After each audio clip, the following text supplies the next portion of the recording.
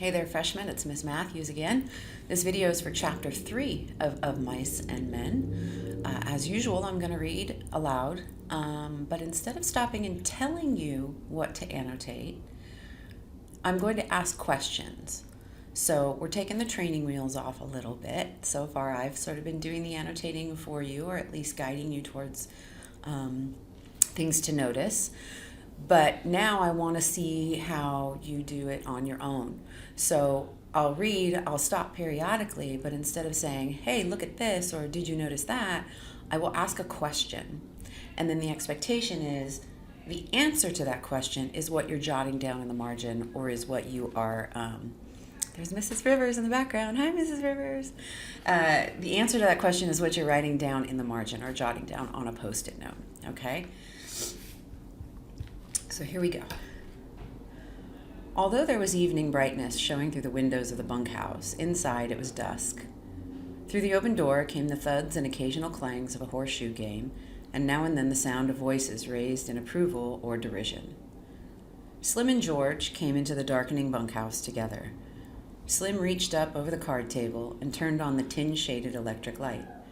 Instantly, the table was brilliant with light, and the cone of the shade threw its brightness straight downward, leaving the corners of the bunkhouse still in dusk.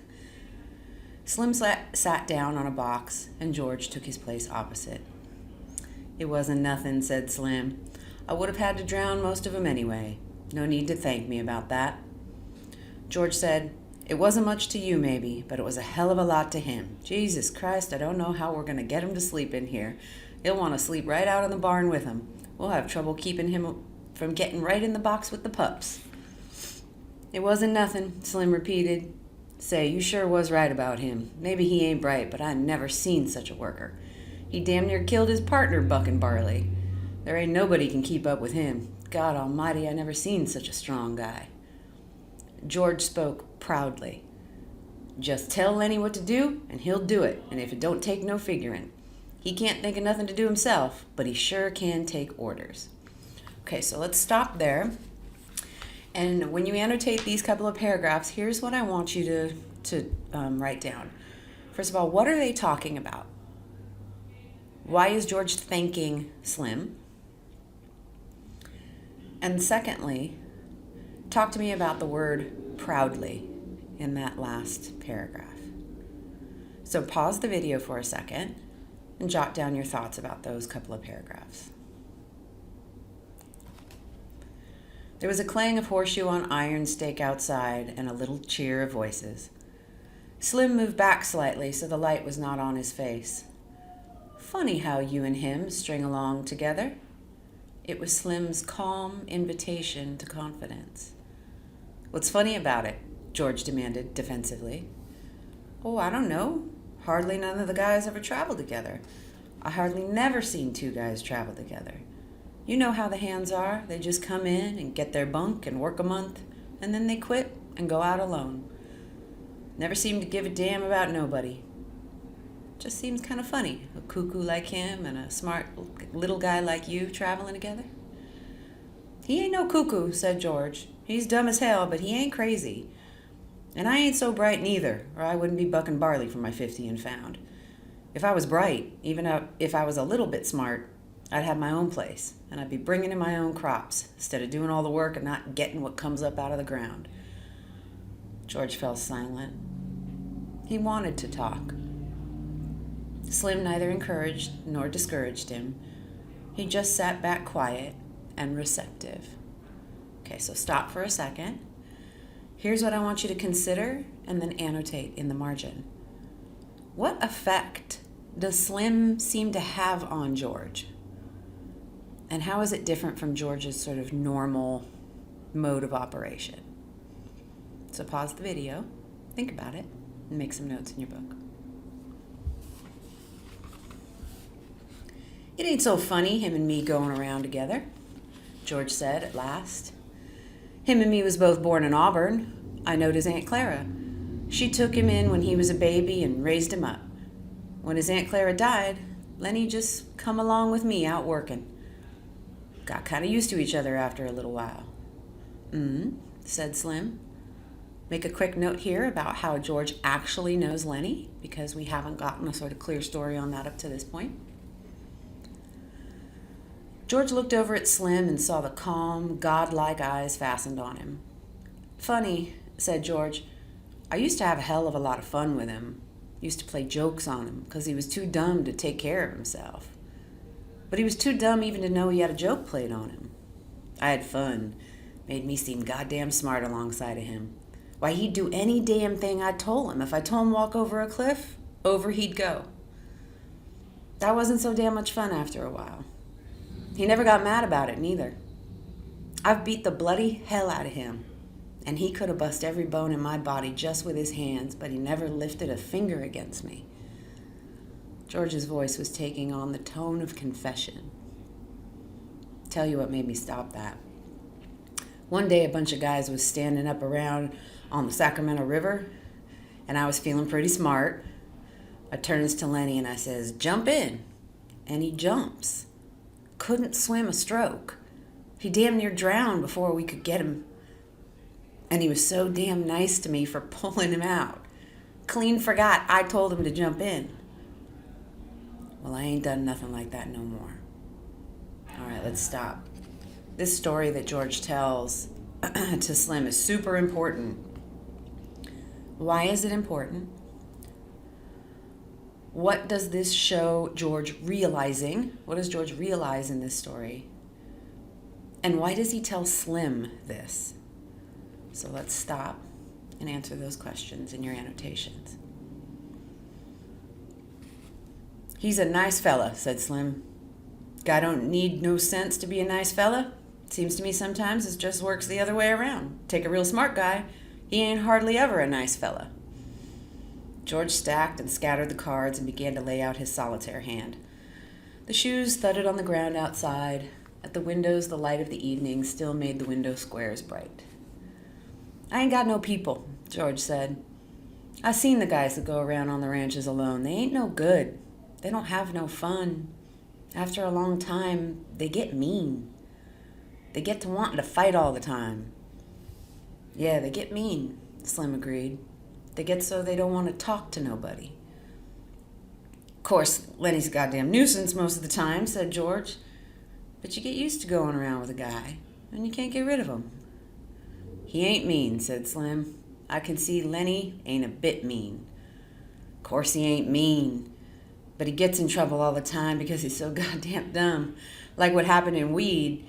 He stopped in the middle of turning over a card. He looked alarmed and peered over at Slim. "You wouldn't tell nobody." "What'd he do in Weed?" Slim asked calmly. "You wouldn't tell?" "No, of course you wouldn't." "What'd he do in Weed?" Slim asked again. "Well, he seen this girl in a red dress. Dumb bastard like he is, he just wants to touch everything he likes, just wants to feel it. So he reaches out to feel this red dress, and the girl lets out a squawk. And that gets Lenny all mixed up, and he holds on, because that's the only thing he can think to do. Well, this girl squawks and squawks, and I was just a little bit off, and I heard all the yelling, so I comes running, and by that time, Lenny's so scared, all he can think to do is just hold on. I socked him over the head with a fence picket to make him let go. He was so scared he couldn't let go of that dress, and he's so goddamn strong, you know." Slim's eyes were level and unwinking. He nodded very slowly. "So what happens?" George carefully built his line of solitaire cards. "Well, that girl rabbits in and tells the law she'd been raped. The guys in Weed start a party out to lynch Lenny. So we sit in an irrigation ditch underwater all the rest of that day, got only our heads sticking out from the side of the ditch. And that night we scrammed out of there." Slim sat in silence for a moment. "Didn't hurt the girl none, huh?" he asked finally. "Hell no. He just scared her. I'd be scared too if he grabbed me, but he never hurt her. He just wanted to touch that red dress like he wants to pet them pups all the time." "He ain't mean," said Slim. "I could tell a mean guy a mile off." All right, let's stop and let's annotate about this. So we finally get the story, the full story of what happened in Weed. So take a moment to summarize that. But then again, why does George, who's been so secretive about this up to this point, why does he tell Slim this? And how does Slim respond? And what does that show us about what kind of a man Slim is? So take a minute, pause the video, answer those questions in your annotations. He ain't mean, said Slim. I can tell a mean guy a mile off. Course he ain't, and he'll do any damn thing Lenny came in through the door. He wore his blue denim coat over his shoulders like a cape, and he walked hunched way over. Hi, Lenny, said George. How do you like the pup now? Lenny said breathlessly, he's brown and white just like I wanted. He went directly to his bunk and lay down and turned to face the wall and drew up his knees. George put down his cards deliberately. Lenny, he said sharply. Lenny twisted his neck and looked over his shoulder. Huh? What you want, George? I told you couldn't bring that pup in here. What pup, George? I ain't got no pup. George went quickly to him, grabbed him by the shoulder, and rolled him over. He reached down and picked the tiny puppy from where Lenny had been concealing it against his stomach. Lenny sat up quickly. Give him to me, George. George says, you get right up and take this pup back to the nest. He's got to sleep with his mother. You want to kill him? Just born last night, and you take him out of the nest. You take him back or I'll tell Slim not to let you have him. Lenny put out his hands pleadingly. Give him to me, George. I'll take him back. I didn't mean no harm, George. Honest, I didn't. I just wanted to pet him a little. George handed the pup to him. All right, you get him back there quick. Don't you take him out no more. You'll kill him first thing you know. Lenny fairly scuttled out of the room. Slim had not moved. His calm eyes followed Lenny out the door. Jesus, he said, he's just like a kid, ain't he? Sure, he's just like a kid. There ain't no more harm in him than a kid neither, except he's so strong. I bet he won't come in here to sleep tonight. He'd sleep right alongside that box in the barn. Well, let him. He ain't doing no harm out there. It was almost dark outside now. Old Candy, the swamper, came in and went to his bunk, and behind him struggled his old dog. Hello, Slim. Hello, George. Didn't either of you play horseshoes? I don't like to play every night, said Slim. Candy went on. Either you guys got a slug of whiskey, I got a gut ache. I ain't, said Slim. I'd drink it myself if I had, and I ain't got a gut ache either. Got a bad gut ache, said Candy. Them goddamn turnips give it to me. I knowed they was going to before I ever eat 'em. The thick-bodied Carlson came in out of the darkening yard. He walked to the other end of the bunkhouse and turned on the second shaded light. Darker than hell in here, he said. Jesus, how crooks can pitch shoes. He's plenty good, said Slim. Damn right he is, said Carlson. He don't give nobody else a chance to... He stopped and sniffed the air, and still sniffing, looked down at the old dog. God almighty, that dog stinks. Get him out of here, Candy. I don't know nothing that stinks as bad as an old dog. You gotta get him out. Candy rolled to the edge of his bunk. He reached over and patted the ancient dog, and he apologized. I've been around him so much, I never noticed how he stinks. Well, I can't stand him in here, said Carlson. That stink hangs around even after he's gone. He walked over with heavy-legged stride and looked down at the dog. Got no teeth, he said. He's all stiff with rheumatism. He ain't no good to you, Candy, and he ain't no good to himself. Why don't you shoot him, Candy? The old man squirmed uncomfortably. Well, hell, I had him so long. Had him since he was a pup. I herded sheep with him. He said proudly, you wouldn't think it to look at him now, but he was the best damn sheepdog I ever seen. George said, I seen a guy in Weed that had an Airedale that could herd sheep. Learned it from the other dogs. Carlson was not to be put off. Look, Candy, this old dog just suffers himself all the time. If you was to take him out and shoot him right in the back of the head, he leaned over and pointed right there. Why, he'd never know what hit him. Candy looked about unhappily. No, he said softly, no, I couldn't do that. I had him too long. He don't have no fun, Carlson insisted, and he stinks to beat hell. Tell you what, I'll shoot him for you, then it won't be you that does it. Okay, so let's stop here for a second. Why does Carlson want to shoot the dog? Clue, it's not just because it stinks. Is Carlson just being cruel? Take a moment and answer those questions in your annotations. Candy threw his legs off the bunk. He scratched the white stubble whiskers on his cheek nervously. I'm so used to him, he said softly. I had him from a pup. Well, you ain't being kind to him keeping him alive, said Carlson. Look, Slim's bitch got a litter right now. I bet Slim would give you one of them pups to raise up, wouldn't you, Slim?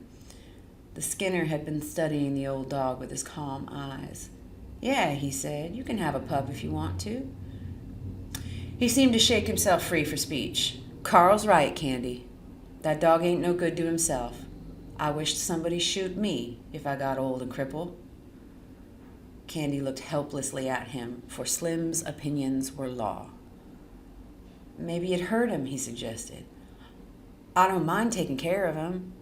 Stop for 1 second. Why does Slim agree with Carlson? Carlson said, "The way I'd shoot him, he wouldn't feel nothing. I'd put the gun right here." He pointed with his toe, "right back of the head. He wouldn't even quiver." Candy looked for help from face to face. It was quite dark outside by now. A young laboring man came in. His sloping shoulders were bent forward, and he walked heavily on his heels as though he carried an invisible grain bag. He went to his bunk and put his hat on the shelf. Then he picked up a pulp magazine from his shelf and brought it to the light over the table.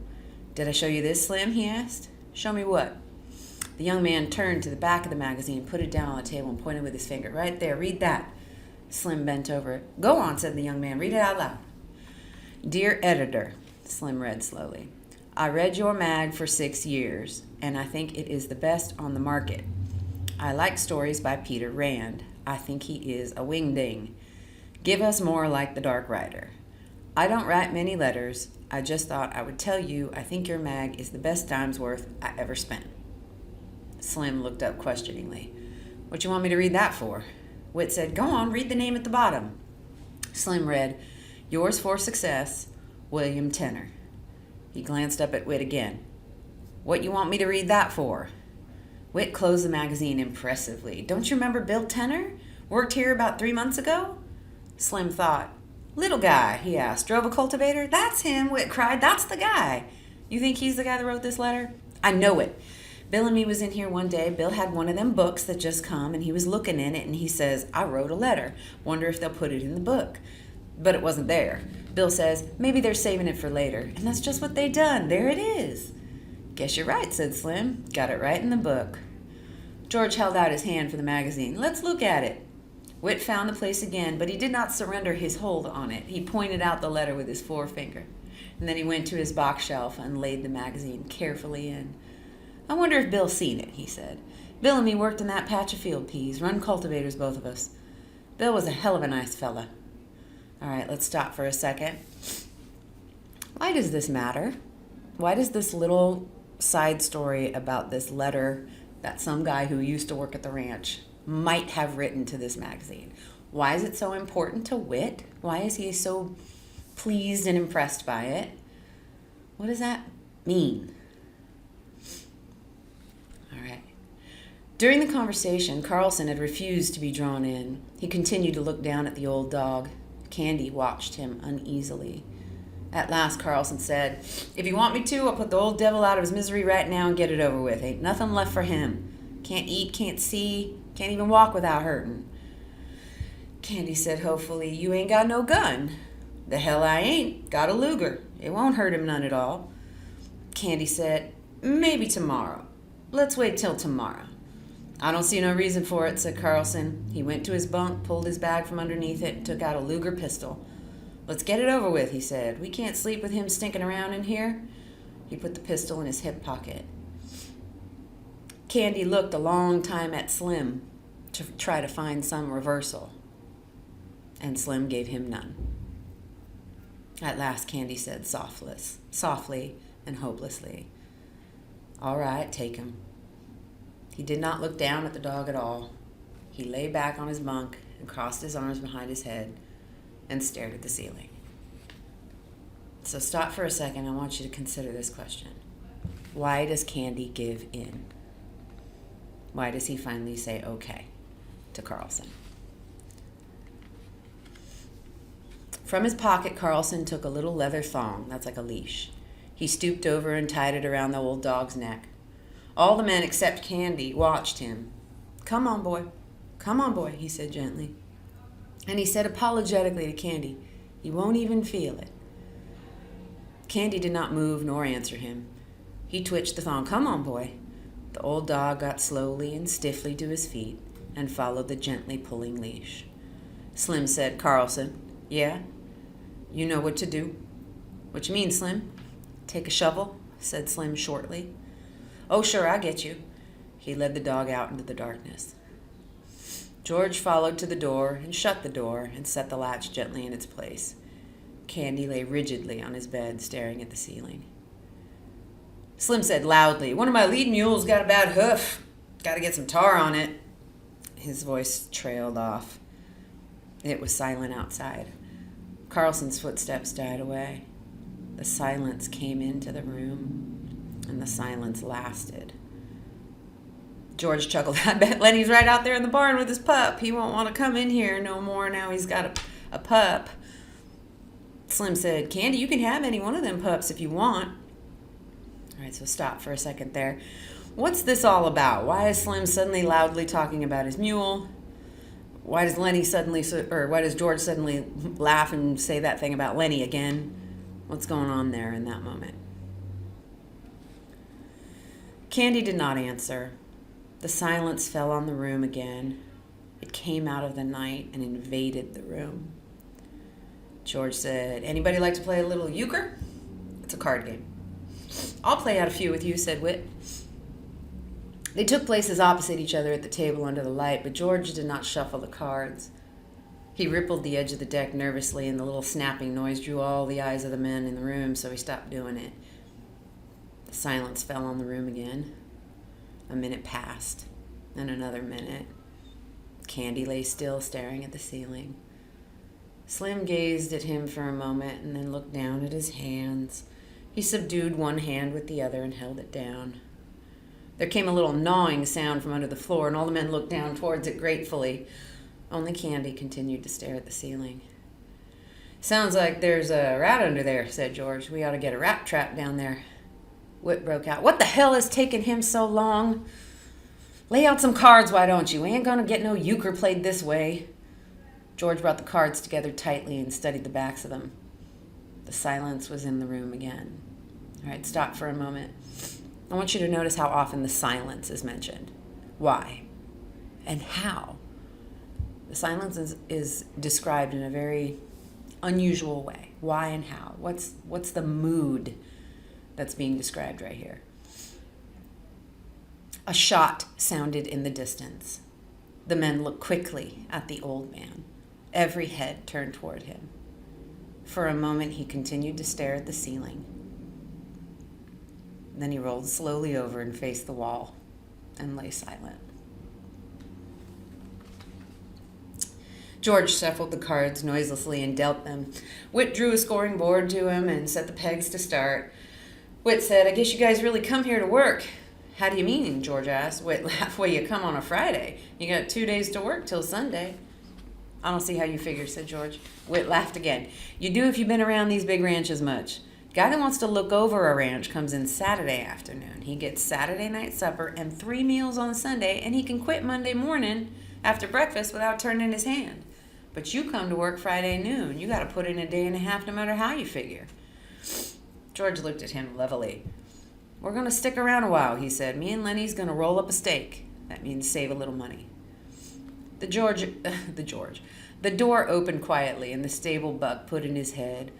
A lean Negro head lined with pain, the eyes patient. "Mr. Slim?" Slim took his eyes from old Candy. "Huh? Oh, hello, Crooks. What's the matter?" "You told me to warm up tar for that mule's foot. I got it warm." "Oh, sure, Crooks. I'll come right out and put it on." "I can do that if you want, Mr. Slim." "No, I'll come do it myself." He stood up. Crooks said, "Mr. Slim?" "Yeah?"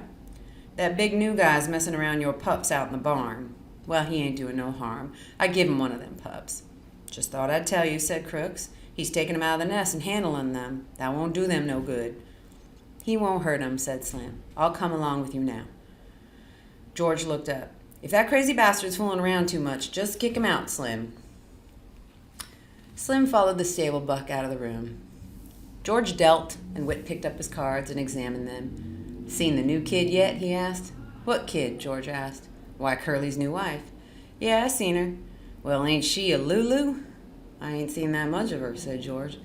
Whit laid down his cards impressively. "Well, stick around and keep your eyes open. You'll see plenty." She ain't concealing nothing. I never seen nobody like her. She got the eye going all the time on everybody. I bet she even gives a stable buck the eye.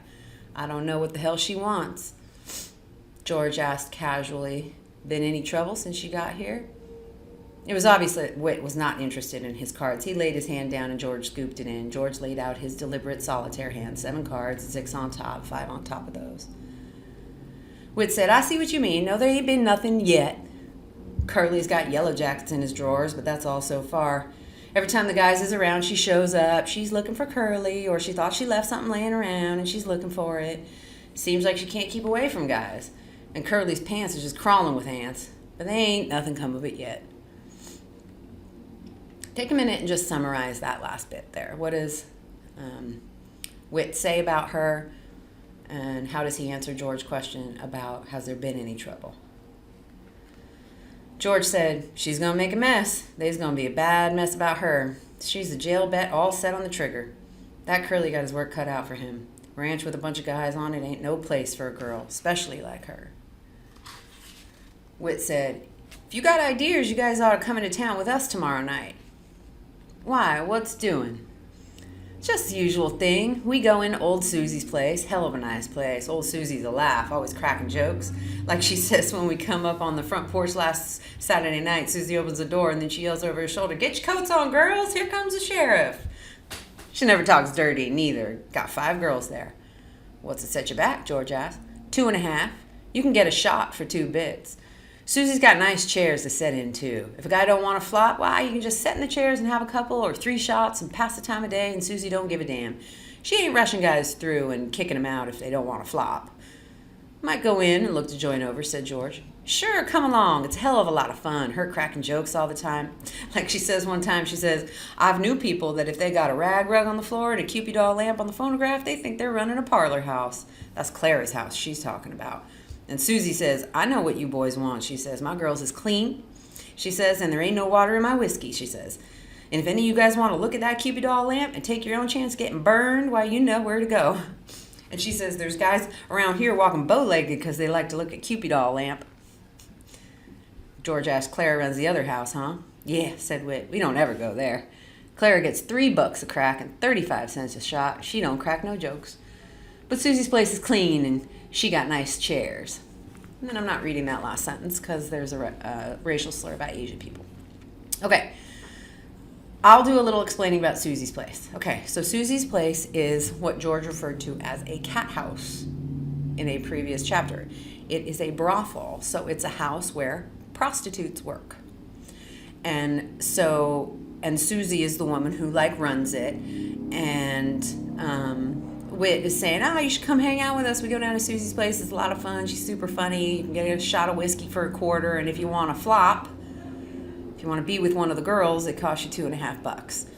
Okay, so they're speaking very casually about this whorehouse that they go to. He says, but Susie don't kick you out. You can just sit and have a drink if you don't want to flop. And they got nice chairs, and she's always cracking jokes. And then he sort of compares it to this other whorehouse in town, Clara's place. It's not as good. It's more expensive. And Susie implies the girls ain't clean at Clara's place. So you can figure that part out. Me and Lenny's rolling up a steak, said George. I might go in and set and have a shot, but I ain't putting out no 2.5. Well, a guy gotta have fun sometime, said Whit. The door opened and Lenny and Carlson came in together. Lenny crept to his bunk and sat down, trying not to attract attention. Carlson reached under his bunk and brought out his bag.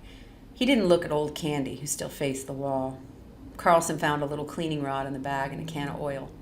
He laid them on his bed and then brought out the pistol, took out the magazine, snapped the loaded shell from the chamber. Then he fell to cleaning the barrel with the little rod. When the ejector snapped, Candy turned over and looked for a moment at the gun before he turned back to the wall again. Carlson said casually, Curly been in yet? No, said Whit. What's eating on Curly? Carlson squinted down the barrel of his gun, looking for his old lady. I seen him going round and round outside. Whit said sarcastically, he spends half his time looking for her and the rest of the time she's looking for him. Curly burst into the room excitedly. Any of you guys see my wife? He demanded. She ain't here, said Whit. Curly looked threateningly about the room. Where the hell's Slim? Went out to the barn, said George. He was going to put some tar on a split hoof. Curly's shoulders dropped and squared. How long ago he'd go? 5, 10 minutes? Curly jumped out the door and banged it after him. Whit stood up. I guess maybe I'd like to see this, he said. Curly's just spoiling or he wouldn't start for Slim. And Curly's handy, goddamn handy. Got in the finals for the Golden Gloves. He got newspaper clippings about it. He considered. But just the same, he better leave Slim alone. Nobody don't know what Slim can do. Take a moment there and summarize those last couple of paragraphs. What's happening right there? Think Slim's with his wife, don't he? Said George. Looks like it, Whit said. Course Slim ain't. At least I don't think Slim is. But I'd like to see the fuss if it comes off. Come on, let's go. George said, I'm staying right here. I don't want to get mixed up in nothing. Lenny and me got to make a steak. Not like a piece of beef, like save money. Carlson finished the cleaning of the gun and put it in the bag and pushed the bag under his bunk. I guess I'll go out and look her over, he said. Old Candy lay still, and Lenny from his bunk watched George cautiously. When Whit and Carlson were gone and the door closed after them, George turned to Lenny. What you got on your mind? I ain't done nothing, George. Slim says I better not pet them pups so much for a while. Slim says it ain't good for them, so I come right in. I've been good, George. I could have told you that, said George.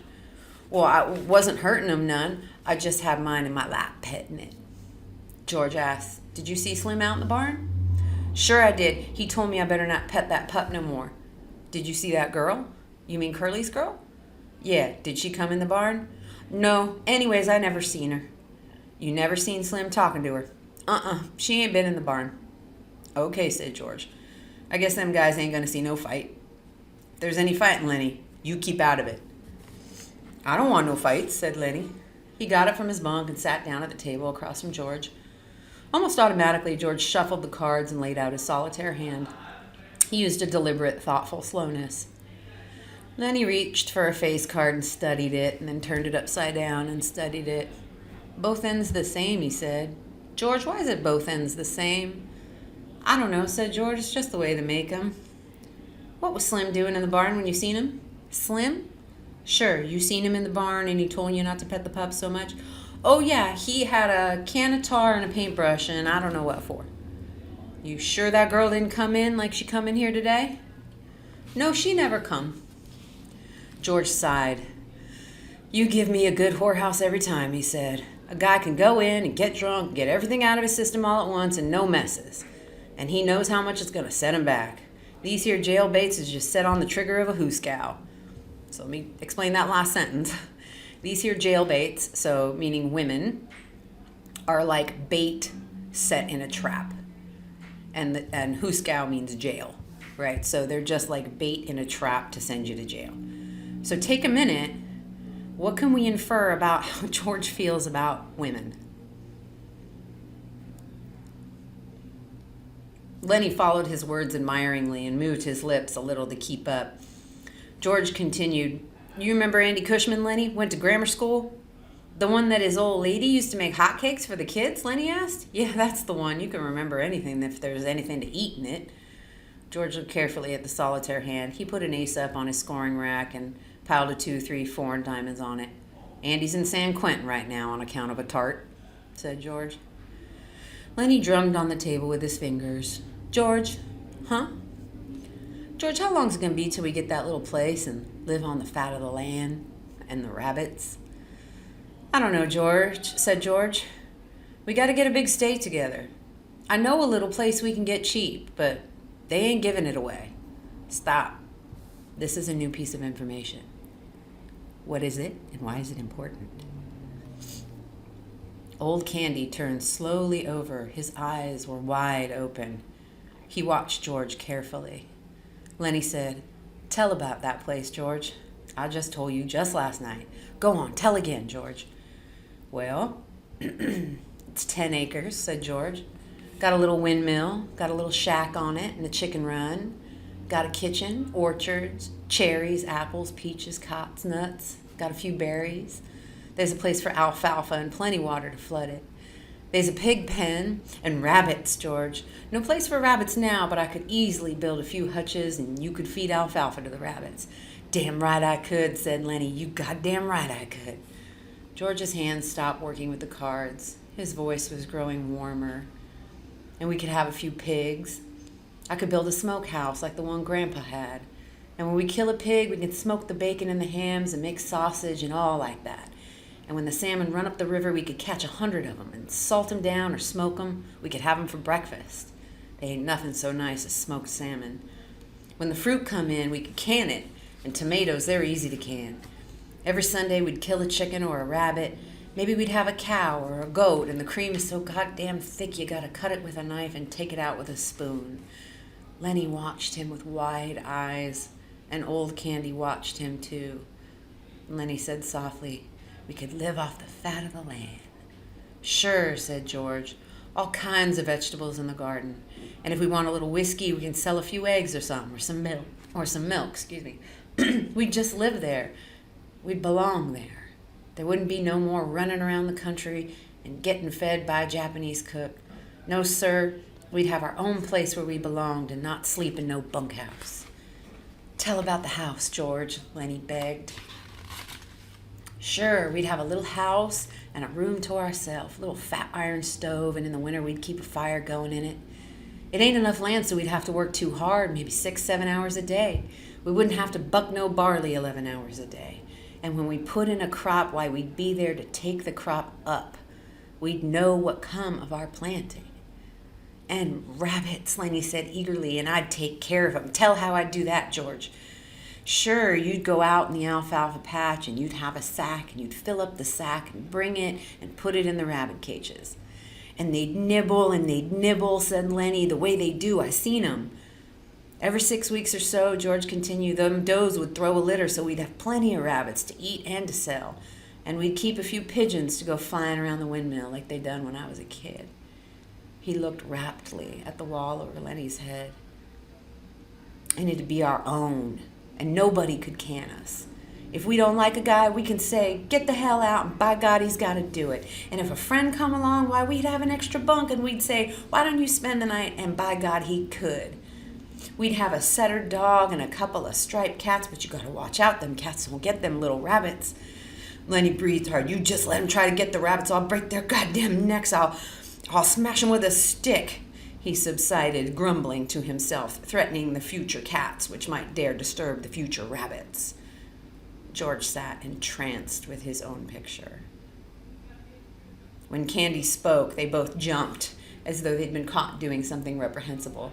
Candy said, "You know where's a place like that?" George was on guard immediately. "Suppose I do," he said. "What's that to you?" "You don't need to tell me where it's at. Might be any place." "Sure," said George. "That's right. You couldn't find it in 100 years. Candy went on excitedly. "How much they want for a place like that?" George watched him suspiciously. "Well, I could get it for $600. The old people that owns it is flat bust, and the old lady needs an operation. Say, what's it to you? You got nothing to do with us." Candy said, "I ain't much good with only one hand. I lost my hand right here on this ranch. That's why they give me a job swamping. And they give me $250 because I lost my hand. And I got 50 more saved up right in the bank right now. That's 300. And I got 50 more coming in the end of the month. Tell you what," he leaned forward eagerly, "suppose I went in with you guys. That's $350 I'd put in. I ain't much good, but I could cook and tend the chickens and hoe the garden some. How'd that be?" Stop for a second. What is Candy doing? Why is he doing it? George half closed his eyes. "I got to think about that. We was always going to do it by ourselves." Candy interrupted him. "I'd make a will and leave my share to you guys in case I kick off, 'cause I ain't got no relatives nor nothing. You guys got any money? Maybe we could do it right now." George spat on the floor disgustedly. "We got $10 between us." Then he said thoughtfully, "Look, if me and Lenny work a month and don't spend nothing, we'll have $100. That'd be $450. I bet we could swing her for that. Then you and Lenny can go get her started, and I'd get a job and make up the rest, and you can sell eggs and stuff like that." They fell into silence. They looked at one another, amazed. This thing they had never really believed was coming true. George said reverently, "Jesus Christ, I bet we could swing her." His eyes were full of wonder. "I bet we could swing her," he repeated softly. Candy sat on the edge of his bunk. He scratched the stump of his wrist nervously. I got hurt 4 years ago, he said. They'll can me pretty soon. Just as soon as I can't swamp out no bunkhouses, they'll put me out in the country. They'll put me on the county. Maybe if I give you guys my money, you'll let me hoe in the garden even after I ain't no good at it. And I'll wash dishes and little chicken stuff like that. But I'll be on our own place. And I'll be let to work on our own place. He said miserably, "You seen what they done to my dog tonight." Sorry, I get emotional. They says he wasn't no good to himself nor anybody else. When they can me here, I wish somebody'd shoot me. But they won't do nothing like that. I won't have no place to go. And I can't get no more jobs. I'll have $30 more coming time you guys is ready to quit. Hold on a second. George stood up. "We'll do her," he said. "We'll fix up that little old place and we'll go live there." He sat down again. They all sat still, all bemused by the beauty of the thing. Each mind was popped into the future when this lovely thing should come about. George said wonderingly, "Suppose there was a carnival or a circus come to town or a ball game or any damn thing." Old Candy nodded in appreciation of the idea. "We just go to her," said George. "We wouldn't ask nobody if we could. Just say, we'll go to her." And we would. Just milk the cow and sling some grain to the chickens and go to her. "And put some grass to the rabbits," Lenny broke in. "I would never forget to feed them." "When we going to do it, George?" "In 1 month. Right squack in 1 month. Know what I'm going to do? I'm going to write to them old people that owns the place that will take it. And Candy'll send $100 to bind her." "Sure will," said Candy. "They got a good stove there?" "Sure, got a nice stove. Burns coal or wood." "I'm going to take my pup," said Lenny. "I bet by Christ he likes it there. By Jesus."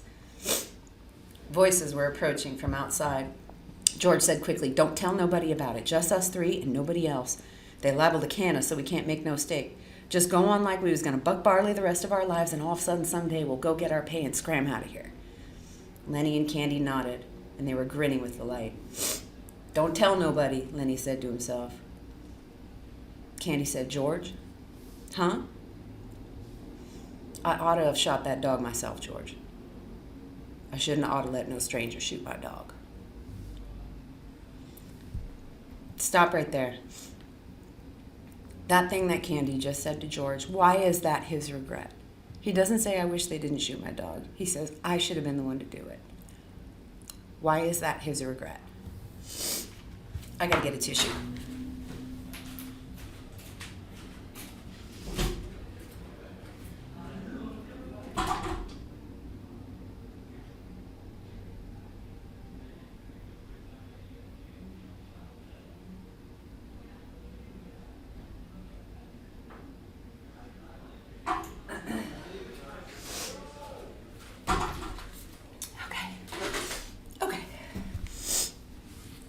The door opened. Slim came in, followed by Curly and Carlson and Whit.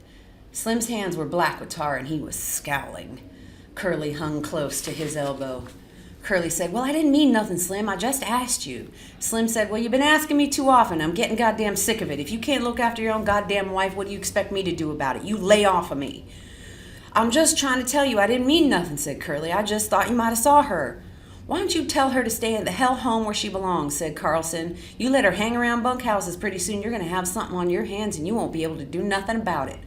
Curly whirled on Carlson. "You keep out of this unless you want to step outside." Carlton laughed. "You goddamn punk," he said. "You tried to throw a scare into Slim and you couldn't make it stick. Slim throwed a scare into you. You're yellow as a frog belly. I don't care if you're the best welter in the country. You come for me and I'll kick your goddamn head off." Candy joined the attack with joy. "Glove full of Vaseline," he said disgustedly. Curly glared at him. His eyes slipped on past and lighted on Lenny. And Lenny was still smiling with delight at the memory of the ranch. Curly stepped over to Lenny like a terrier. "What the hell you laughing at?" Lenny looked blankly at him. "Huh?" Then Curly's rage exploded. "Come on, you big bastard. Get up on your feet. No big son of a bitch is going to laugh at me. I'll show you who's yellow." Lenny looked helplessly at George, and then he got up and tried to retreat. Curly was balanced and poised. He slashed at Lenny with his left and then smashed down his nose with a right. Lenny gave a cry of terror. Blood welled from his nose. "George," he cried, "make him let me alone, George." He backed until he was against the wall, and Curly followed, slugging him in the face. Lenny's hands remained at his sides. He was too frightened to defend himself. George was on his feet, yelling, "Get him, Lenny! Don't let him do it!" Lenny covered his face with huge paws and bleated with terror. Look up the word bleated. He cried, "Make him stop, George!" Then Curly attacked his stomach and cut off his wind. Slim jumped up. "Dirty little rat," he cried. "I'll get him myself." George put out his hand and grabbed Slim. "Wait a minute," he shouted. He cupped his hands around his mouth and yelled, "Get him, Lenny!" Lenny took his hands away from his face and looked about for George, and Curly slashed at his eyes. The big face was covered in blood. George yelled again, "I said, get him!" Curly's fist was swinging when Lenny reached for it. The next minute, Curly was flopping like a fish on a line, and his closed fist was lost in Lenny's big hand. George ran down the room. "Let go of him, Lenny, let go!"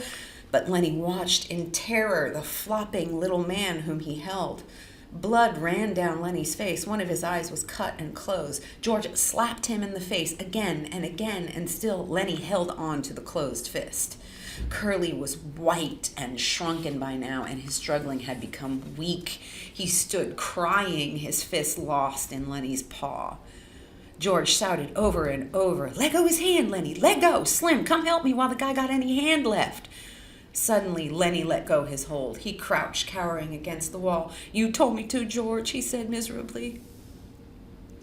Curly sat down on the floor, looking in wonder at his crushed hand. Slim and Carlson bent over him. Then Slim straightened up and regarded Lenny with horror. "We gotta get him to the doctor," he said. "Looks to me like every bone in his hand is bust." "I didn't want to," cried Lenny. "I didn't want to hurt him."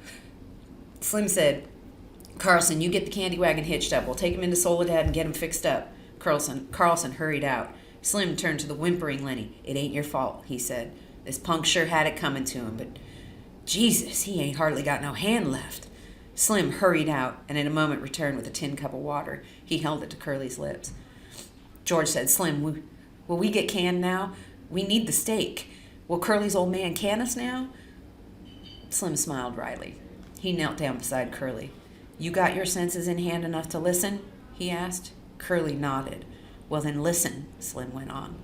"I think you got your hand caught in a machine. If you don't tell nobody what happened, we ain't going to. But you just tell and try to get this guy canned, and we'll tell everybody, and then you will get the laugh." So stop for a second. What does Slim want Curly to do, and why? "I won't tell," said Curly. He avoided looking at Lenny. Buggy wheels sounded outside. Slim helped Curly up. "Come on now, Carlson's going to take you to a doctor." He helped Curly out the door. The sound of wheels drew away. In a moment, Slim came back into the bunkhouse. He looked at Lenny, still crouched fearfully against the wall. "Let's see your hands," he asked. Lenny stuck out his hands. "Christ almighty, I'd hate to have you mad at me," Slim said. George broke in. "Lenny was just scared," he explained. "He didn't know what to do. I told you nobody ought to never fight him. No, I guess it was Candy I told." Candy nodded solemnly. "That's just what you done," he said. "Right this morning when Curly first lit into your friend, you says he better not fool with Lenny if he knows what's good for him. That's just what you says to me." George turned to Lenny. "It ain't your fault," he said. "You don't need to be scared no more. You done just what I told you to. Maybe you better go in the washroom and clean up your face. You look like hell." Lenny smiled with a bruised mouth. "I didn't want no trouble," he said. He walked towards the door, but just before he came to it, he turned back. "George, what you want?" "I can still tend the rabbits, George?" "Sure, you ain't done nothing wrong." "I didn't mean no harm, George." "Well, get the hell out and wash your face." All right, that's the end of chapter 3.